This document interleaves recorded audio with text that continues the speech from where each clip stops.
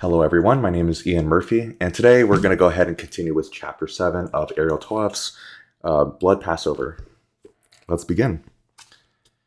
Chapter 7, Crucifixion and Ritual Cannibalism. On the eve of Passover, 1144, the mutilated body of William, a child of 12 years, was found in Thorpe's Wood, on the edge of Norwich, England. No witness came forward to cast light on the savage crime.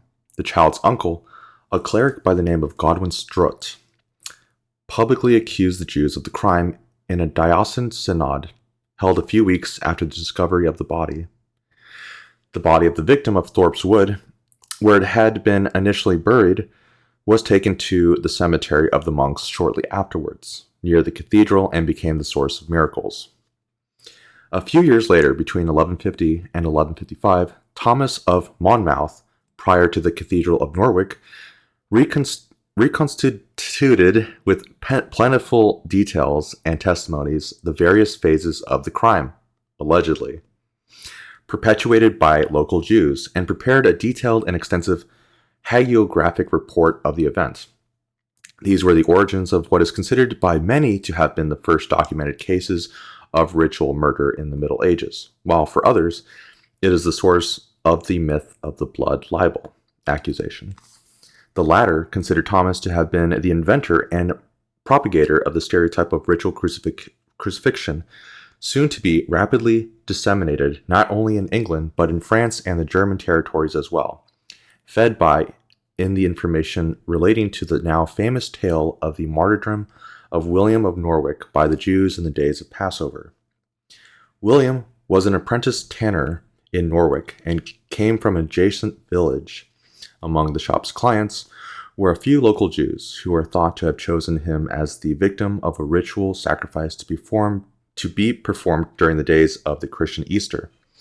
On the Monday following Palm Sunday, 1144, during the reign of King Stephen, a man claiming to be the cook for the Archdeacon of Norwich presented himself in the village of William, asking his mother, Elviva, for permission to take William with him to work as an apprentice. The woman's suspicions and hesitations were soon won over thanks to a considerable sum of money. The following day, little William was already traveling in the streets of Norwich in the company of the self-proclaimed cook, directly to the dwelling of his aunt Elviva, Godwin Strutt's wife, who became informed of the apprenticeship undertaken by the child and his new patron. But the latter individual awakened numerous suspicions in the aunt, Elviva, who asked a young girl to follow him and determine their destination. The shadowing, as discreet as it was effective, took the child to the threshold of the dwelling of Eleazar, one of the heads of the community of Norwich, where the cook had little William enter the house with the necessary prudence and circumspection. At this point, Thomas of Monmouth allowed another key witness to speak, one who had been strategically placed inside the Jew's house. This was Eleazar's Christian servant, who, the following morning, had by chance witnessed with horror, through the crack of a door left inadvertently open, the cruel ceremony of the child's crucifixion and atrocious martyrdom, with the participation carried out with religious zeal of local Jews, quote, in contempt of the passion of our Lord, unquote. Thomas kept the date of the crucial event clearly in mind. It was Palm Sunday, Wednesday, March 22nd of the year 1144. To throw up suspicion, the Jews decided to transport the body from the opposite side of the city to Thorpe's Wood, which extended to within a short distance from the last house, during the trip on horseback, with the cumbersome sack. However, despite their efforts at caution, they crossed the path of a respected and wealthy merchant of the locality on his way to church. Accompanied by a servant, the merchant had no difficulty realizing the significance of what was taking place before his eyes. He is said to have remembered years later on his deathbed, and to have confessed to a priest who then became one of the diligent and indefatigable Thomas's valued sources of information. Young William's body was finally hidden by the Jews among the bushes of Thorpe. The scene now became the inevitable scene of miraculous happenings, Beams of celestial light illuminated the boy's resting place late at night, causing townspeople to discover the body, which was then buried where it was discovered. A few days afterwards, the cleric Godwin Sturt, who informed of the murder, requested and was granted permission to have the body exhumed. He then recognized his nephew William as the tragic victim. A short time afterwards, during a diocesan synod, Godwin got up to accuse the Jews of the crime. Thomas of Monmouth agreed with him and accused them of the horrible ritual of crucifixion of a Christian boy as the principal event of a Passover ceremony intended to mock the passion of Jesus Christ, a sort of crude and bloody Passover counter-ritual.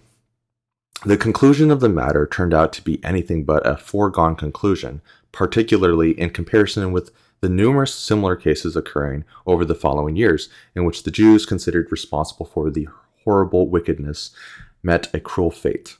In this case, the Jews of Norwich invited to present themselves before the archbishop to respond to the accusations requested and obtained the protection of the king and his agents. Protected by the walls of the sheriff's castle in which they found refuge, they waited for the storm to pass, as in fact it did.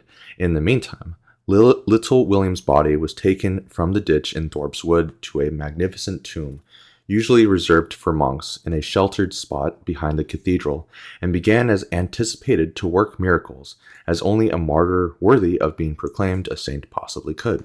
The most disturbing of the testimonies gathered by Thomas of Monmouth for his file on the murder of little William was that of a converted Jew, Theobald of Cambridge, who had become a monk hearing the story of the miracles reported at the tomb of the victim of Norwich.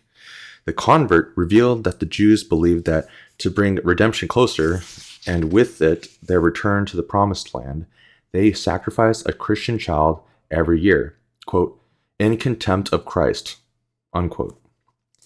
To carry out this providential plan, the representatives of the Jewish community, headed by the local rabbis, were sent to meet every year in council in Narbonne, in the south of France, to draw lots as to the name of the locality where the ritual crucifixion was to occur from time to time.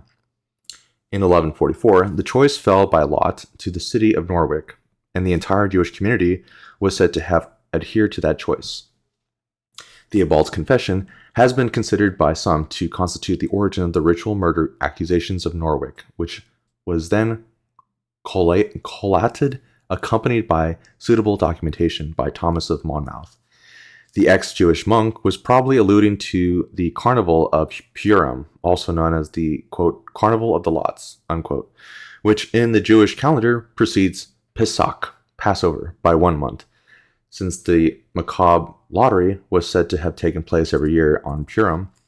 The reason for drawing lots to select the Jewish community to be entrusted with the duty of carrying out the annual sacrifice of a Christian child appeared later in the confessions of the defendants of a ritual murder committed at Valerias in 1247, and with reference to another case at Pforzheim in Baden in 1261, gathered and disseminated by the friar Thomas of Cantimpré in his Bonum Universale de Apibus. On that occasion, the Jews of the small village of the Vaucluse were accused of killing a 2-year-old girl, Melia, quote, in a sort of sacrifice, unquote, for the purpose of collecting her blood and then dumping her body in a ditch. The testimonies extorted by the inquisitors under torture were said to have shown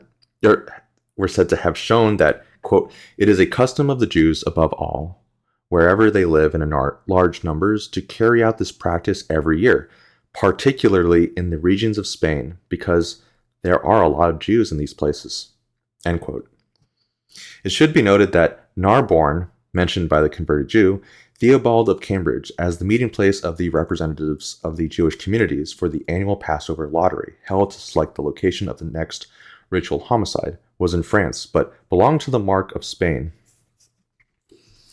But was the case of William Norwich truly the first ritual murder of a Christian reported during the Middle Ages? Was Thomas of Monmouth really the creator of the stereotype which became widespread first in England and later in France and the German territories in the years after 1150? When Thomas is supposed to have composed his hagiographic account, it is permissible to wonder. It appears, in fact, to have been demonstrated that the story of William and his sacrifice by the Jews had already become widespread in Germany in the years prior to the composition of Thomas of Monmouth's hagiographic account. The first documents in relation to William's veneration as a saint are said to have originated not in England, but in Bavaria, dating back to 1147. Latin chroniclers report that in the same year, a Christian was reportedly killed by the Jews at Wurzburg, where the martyr's body is said to have worked miracles. 21 local Jews accused of committing the crime during the feast of Purim and Passover were said to have been put to death. Rabbi Ephraim of Bonn confirmed this report, stating that, quote, on August 22nd, 1147, wicked men revolted against the Jewish community of Wurzburg, making it the object of insinuations and calumnies for the purpose of attacking them, the Jews. Their accusation claims, quote, we found the body of a Christian in the river, and it was you who killed him and then dumped him in there. Now he is a saint and is working miracles, unquote. Under this pretext, those wicked men and people of the poorer classes, without any real motive, assailed the Jews, killing 21 of them, end quote. It is rather probable that the Hebrew and Latin reports were alluding to a crime with ritual connotations, considering the time of year in which these crimes were said to have been committed, the collective guilt attributed to Jews, the consequent massacre of many of them, and finally the miracles which were said to have flowed forth from the victim's body. It is therefore possible that the stereotype of homicide for ritual purposes was disseminated in Germany before it gained an inch of ground in England. Thomas of Monmouth's hagiographic report would appear to vindicate those who have maintained that the first ritual homicides in England, France, and Germany for almost a century, starting with the Norwich murder in 1144, conformed to the stereotype of the crucifixion of Christians without providing for the utilization of the victim's blood for ritual purposes. In other words, ritual crucifixion is said to have preceded the so-called, quote, ritual cannibalism, end quote, accusations in the origin, development, and finally fixation of the type of ritual child sacrifice allegedly perpetuated by Jews. As early as during the reign of Paul IV, the jurist Marcriardo Susani, in his treatise De Judaeis and Alice Infidelibus, referred to William's murder and the second presumed ritual homicide at Norwich in 1235, alluding to ritual crucifixion without any mention of the ritual use of the victim's blood.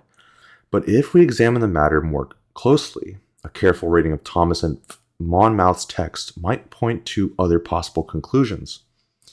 The Jew, Eliezer of Norwich's Christian servant, the only eyewitness of the presumed ritual homicide of little William, claimed in her deposition that while the Jews proceeded with the cruel crucifixion, they asked her to bring a pot full of boiling water, quote, to staunch the flow of the victim's blood, end quote. It seems obvious to us that, contrary to the maidservant's interpretation, the boiling water must, on the contrary, have been used for the opposite purposes, i.e., to increase the flow of blood. It therefore remains to be proven that blood was a secondary element in the so-called sacrifice of the child at Norwich, end quote. The fact that the written traditions which have come to us do not inform us of the manner in which they intended to utilize the blood of the crucified child in this case constitutes no proof in either direction. Be that as it may, the accusation of ritual murder or the crucifixion of Christian boys spread from Norwich throughout England, from Gloucester in 1169 to Bury St. Edmunds in 1183, to Winchester in 1192, from Norwich again in 1235 to London in 1244, and finally to Lincoln in 1255, where the martyr was sainted. As we shall see, there are reports of an anomalous case of plural ritual murder again at Bristol at the end of the 13th century. The Gloucester case occurred almost a quarter of a century after the child murder of little William at Norwich. Yet, in this case as well, the sources are not sufficiently clear as to the date of the murder of Little Harold.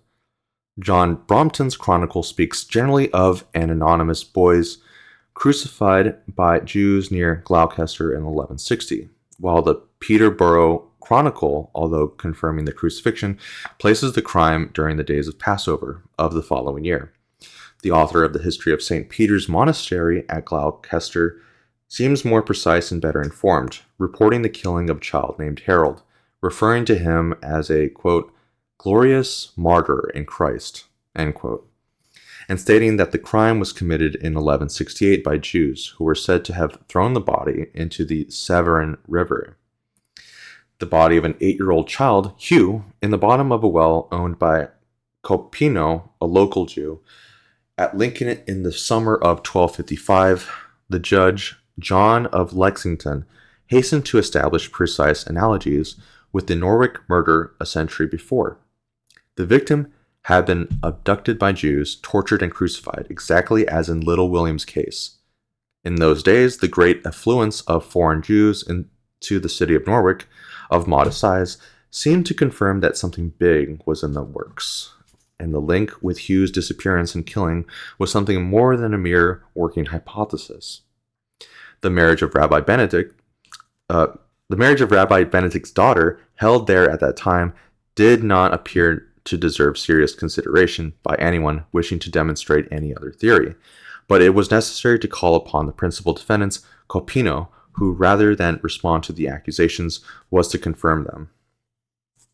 The Jew, under torture, quote, sang quickly according to the pre-established script, confessing that the Jews of the kingdom were accustomed to crucify cruelly a Christian child in contempt of the Passion of Christ every year. This year, it was the city of Lincoln's turn to be selected as the theater of the sacred and macabre ceremony, and the child Hugh was simply the victim of bad luck in becoming the innocent martyr of Jewish depravity. Popular devotion thus acquired another saint. Of the more than 100 persons involved in the religious crime, about 20 were executed after summary trial. All the others were imprisoned in the Tower of London. All had their property confiscated, which in some cases amounted to huge fortunes, forfeit to the treasury of King Henry III. At the end of the 14th century, Chaucer, in his Canterbury Tales, was able to draw inspiration from the crime at Lincoln, describing the re-emergence from a well, another child who, like Hugh the saint, had been sacrificed by the infamous followers of the Jewish sect. The case of Adam, considered the victim of a ritual homicide occurring at the Bristol at the end of the 13th century, provides us with a true and proper serial killer, the Jew Samuel, who, quote, in the days of King Henry, father of the other King Henry, quote, end quote, is said to have killed 3 Christian children in 1 year. Thereafter, with the collaboration of his wife and son, he is said to have gone on to kidnap another child named Adam, who tortured, mutilated, perhaps subjected to circumcision, and crucified, is said to finally to have been skewered on a spit like a lamb and roasted over a flame. Samuel's wife and son, who said to have repented, expressing the intention to bathe in the baptismal waters, but at this point the perfidious and criminal Jew is said to have killed them both as well. As we see, sometimes the popular psychosis of ritual murder caused persons caught up in irrational fears to mistake one thing for another. And this regardless of the fact that perhaps these fears could have some correspondence to actual crimes committed by individuals deranged by phobias and psychosis of a religious nature transferred to the plane of action. A few years after the crimes at Norwich and Gloucester, ritual murders made their appearance in grand style in France as well. These crimes, at least in the cases we know about, involved so-called child crucifixions, end quote, which, once discovered and made public, led to the massacre of entire Jewish communities. It is thus said to have happened that during the reign of Louis VII, the Jews of Joinville and Penteos crucified a child named Richard in 1179, who then became the object of popular devotion and was buried in Paris. When Philippe II, future king of France, was a child around 1170, he is said to have listened in terror to contemporary tales told within the palace describing the Jews of Paris intent upon sacrificing a Christian child every year, in contempt of the Christian religion, butchering him in the slums of the city. The most famous and most frequently studied ritual homicide of which Jews in French territory were accused during this period is certainly that reported in 1171 in Blois, a central location on the main route from Tours to Orleans, on the banks of the Loire. Here, the Jews of the community suspected of killing a Christian child and then dumped the body in the waters of the Loire were condemned to death, and 32 of them met death at the stake after a summary trial. In his memoirs, the Rabbi Ephraim of Bonn reconstituted that which, according to him, had been the tragic mix-up leading to the accusation of ritual murder brought against the Jews of Blois. Quote, "Towards evening, a Jew, who was hurrying along the streets, bearing a bundle of hides to the tanner, without noticing that one of the hides had become separated from the others and could be seen protruding from the bundle. The groom's horse, which was being led to drink from the river, seeing the whitened skins in the darkness, began to paw in the ground and then reared up, refusing to be led to the water. The terrified Christian servant immediately returned to his lord's palace and reported, 'Know ye that I stumbled upon a Jew, and he was about to dump the body of a little Christian into the waters of the river.'" End quote. It seems obvious that the waterways and tanners are recurrent elements in many supposed ritual child murder stories, and probably for good reason. This may be seen in many of the episodes we have already dealt with, from Norwich and Blois to Trent. The waters of rivers furrowing the regions of England and France and the German territories were considered silent accomplices, suggestive of cruel infanticides for religious purposes. Hold on.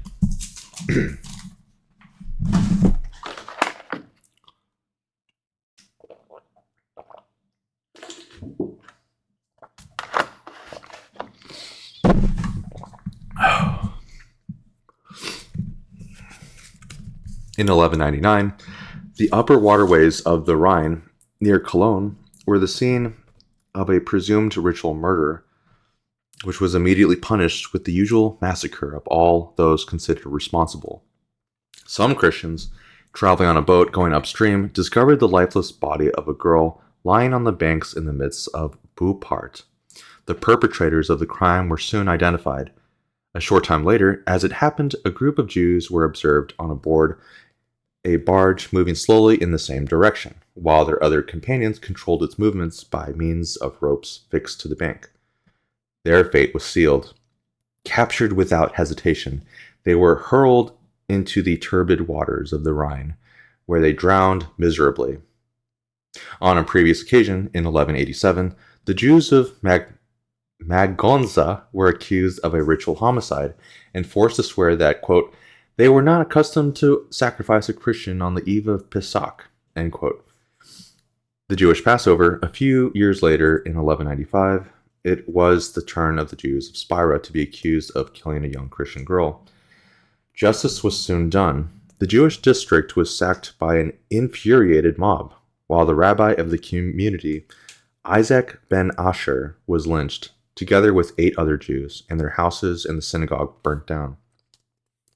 As if according to script, once again, the tragedy was concluded on the river banks. The Torah rolls and other Hebraic books removed from the place of worship were thrown into the Rhine and disappeared beneath the waves. 2 years afterward, as Jewish Chronicle reports, quote, "God's rage struck his Jewish people when a Jewish madman killed a Christian girl in the city of Neuss, cutting her throat in front of everyone," end quote. Popular vengeance was immediate and did not limit itself to targeting the supposed madman. Another 5 Jews were in fact accused of complicity in the murder, which was obviously not dismissed as the mere result of the insanity of an individual. Particular importance had has been attributed to the ritual murder of which the Jews of Fulda were accused in Franconia at Christmas in 1235. Based on the report contained in the Annals of Erfurt, quote, in this year, on December 28th, 34 Jews of both sexes were killed by the Crusader, because 2 of them, on the holy day of Christmas, had cruelly killed the 5 sons of a miller who lived outside the city walls. The Jews gathered the blood of the victims in waxed bags and left the area after setting fire to the house. When the truth came to light, and after the Jews themselves had confessed to their guilt, they received the punishment they deserved. End quote. The Annals of Marbach, referring to the same events, explain that the Jews had committed the horrendous crime, quote, to use the blood to cure themselves. End quote.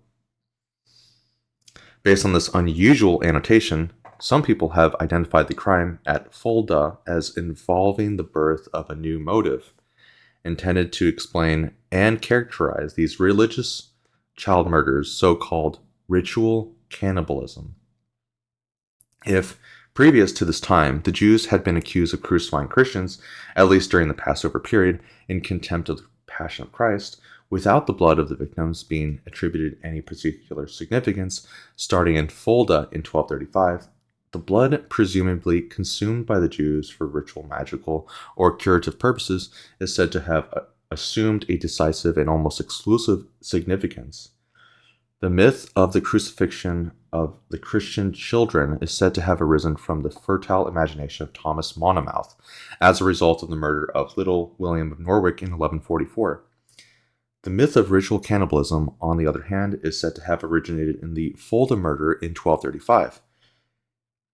Tendaciously interpreted in this direction by clerical bodies headed by Conrad of Marburg, abbey of the Imperial Monastery of Fulda. In support of this interpretation, broadly accepted today, people stress that hardly 1 year afterwards, Emperor Friedrich II created a commission of inquiry to verify whether or not the Jews had really nourished themselves on the blood of Christian children. To this theory, a few objections may be raised, which appear of little importance, precisely in the motivation adopted upon the creation of the Annals of Marbach. It is stated that its members were called upon to investigate, quote, whether the Jews considered the consumption of blood to be necessary during the Passover period. End quote.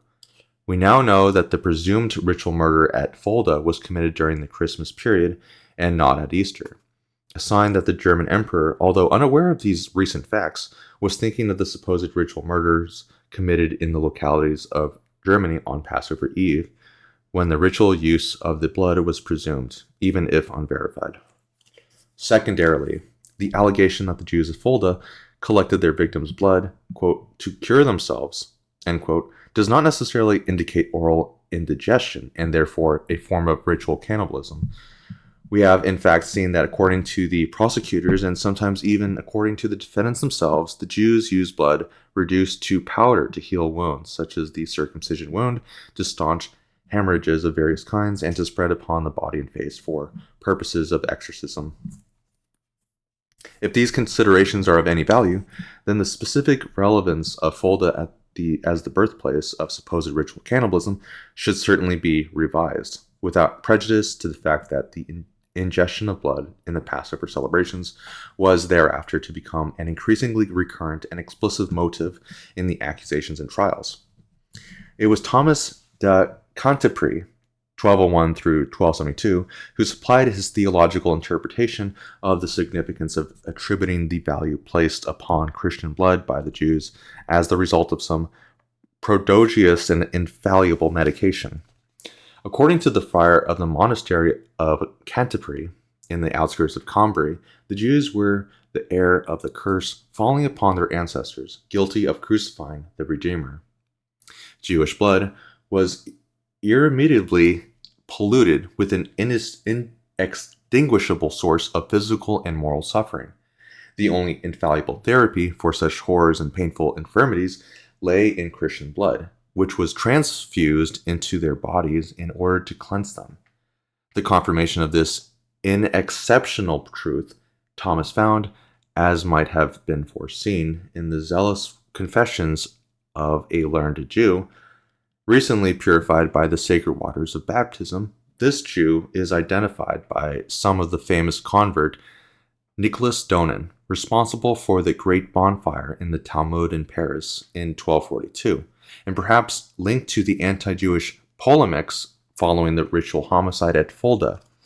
Donin is supposed to have informed Thomas that a Jewish wise man, esteemed for all of his prophetical gifts, was said to have bared his soul on his deathbed to confirm that the torments suffered by the Jews in body and soul could find certain remedy only through the beneficial indigestion of Christian blood, whether in liquid form or powder, dried or in curdles, fresh or boiled blood. This magical fluid, with the ambiguous and mysterious fascination, made its arrogant presence known through the stories of child sacrifice, in the folds of which it lay concealed, perhaps less successfully than often supposed until then.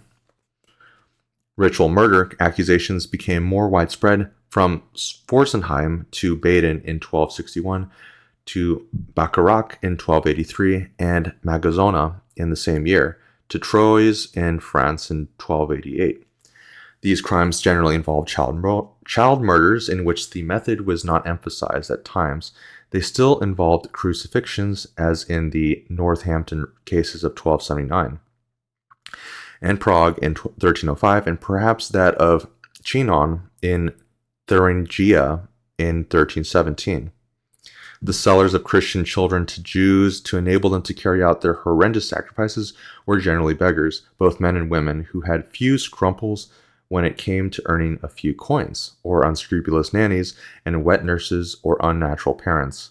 When the market supply was insufficient, the Jews were constrained to take direct action to abduct children for crucifixion, running not inconsiderable risks in such cases. Inquiries and trials generally concluded with the confession and the pitiless condemnation of the defendants, who were at all times considered a priori to be guilty. Justice was often administered in a summary manner, in which case massacres and burnings at the stake were inflicted upon the entire Jewish community, such as Munich in 1285, where 200 Jews were burnt alive in the synagogue, accused by a stinking old woman of bribing her to abduct a boy for them.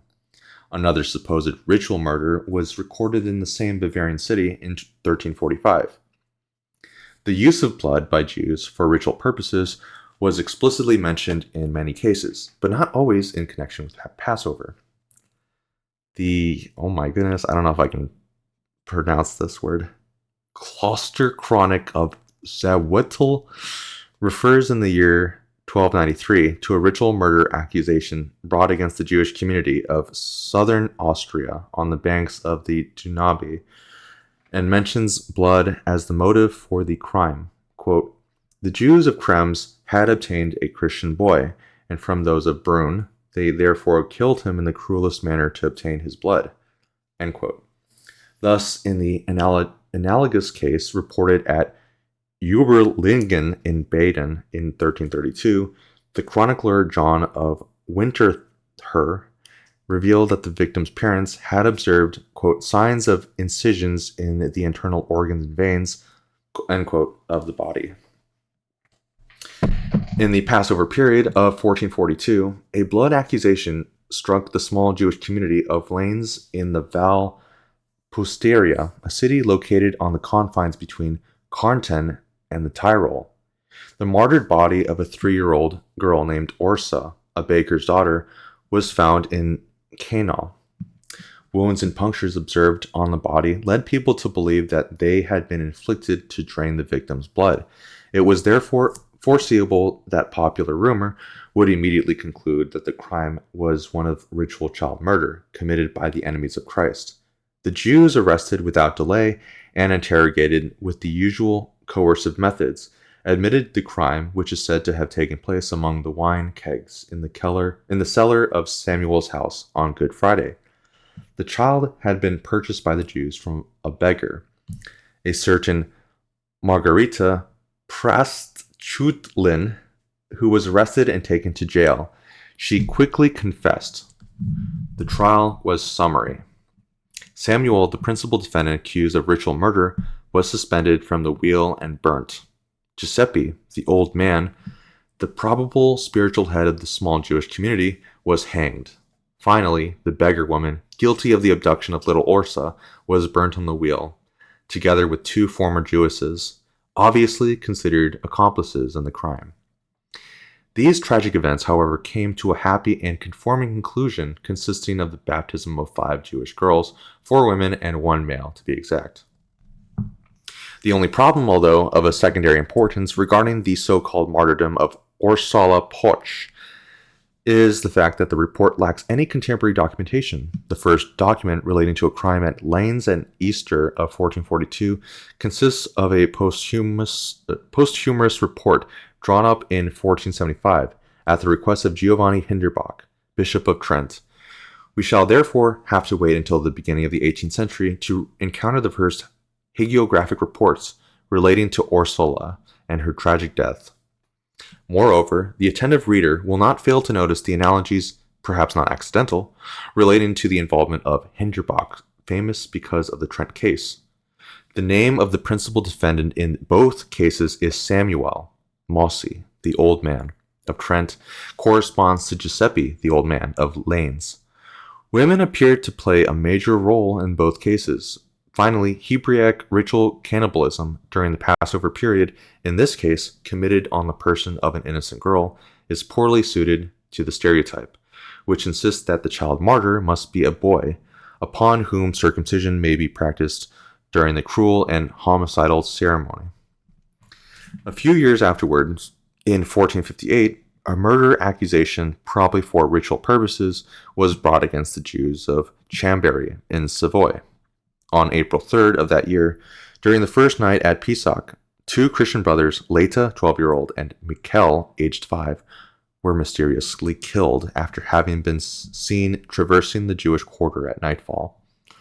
The examination of the bodies indicated that the 2 children had been savagely beaten and then strangled. Suspicion once again fell on the Jews, who were arrested en masse and tried without any further delay on the following May. Nevertheless, precise proofs not having been presented against them during the hearings, the accused were acquitted and released. In any case, it was clear that any child murder, especially if committed during the spring months, most particularly when the body was found near the Jewish quarter, would be automatically attributed to the Jews and linked to their secret Passover rites, drenched with blood. Several Christian boys, sanctified in the popular devotion and who later became objects of veneration as supposed victims of the Jews over that same period, require separate discussion. We are referring to, quote, Good Werner, end quote, of Oberwessel in the Rhineland, Rudolf of Bern, Conrad of Weinsensee, and Ludwig of Ravensburg. Apart from the last, with regards to whom we know only that in 1429, at the age of 14, he is said to have fallen victim to the horrendous rites of the Jews on the banks of the Lake Constance. In all other cases, the blood motif returns in an obsessive manner. At Oberwessel on the Rhine, a boy named Werner, also 14, like Ludwig of Ravensburg, is said to have been tortured to death by the Jews for 3 days and then thrown into the waters of the river. His body is said to have floated miraculously upriver against the current and to have washed the shore at Bacharach, where it began to work miracles, curing the sick and suffering. The tradition, gathered by later hagiographers, reports that Good Werner had been hung by the feet by Jews and intentionally made to vomit the host, which he had previously swallowed in church. His veins are then said to have been cruelly opened so that his blood might flow and be collected. In short, the whole tale was an extraordinary, perhaps rather redundant, concentration of accusations intended to exalt poor Werner's halo of martyrdom, from crucifixion and ritual cannibalism to profanation of the host. And yet, over the 16th century, Good Werner became transformed from a victim of the Jews into the Rebekund patron saint of the wine growers of the region, extending from the Rhineland to the Jura and Auvergne. The close kinship between blood and wine, constant over the centuries, permitted the holy martyr effectively to protect the Cabernets and Merlots of industrious and zealous French and German growers. Another saint, Rudolph of Bern, killed in 1294, is said to have been tortured and decapitated in the basement of a palace owned by a rich Jew in the Swiss city of Joly during the Passover period of that year. The hagiographic reports of the early 18th century state that the Christian victim was crucified and his blood drained off by Jews, quote, intending to practice their damned superstitions, end quote. More specifically, the violent death of Conrad, a schoolboy from Weissensee in Thuringia, not far from Erfurt, occurred in 1303 and was attributed to the Jews according to the chroniclers in relation to the celebration of the Jewish Passover. In observation of the Passover, norms prescribed by the cult, the murder of young Conrad, who is said to have become a popular saint in the regions of central Germany, is alleged to have had his veins opened to collect the precious blood. And with that, we've reached the end of chapter 7. I'll skip all the notes, and I'll continue chapter 8 in the next video. Thank you.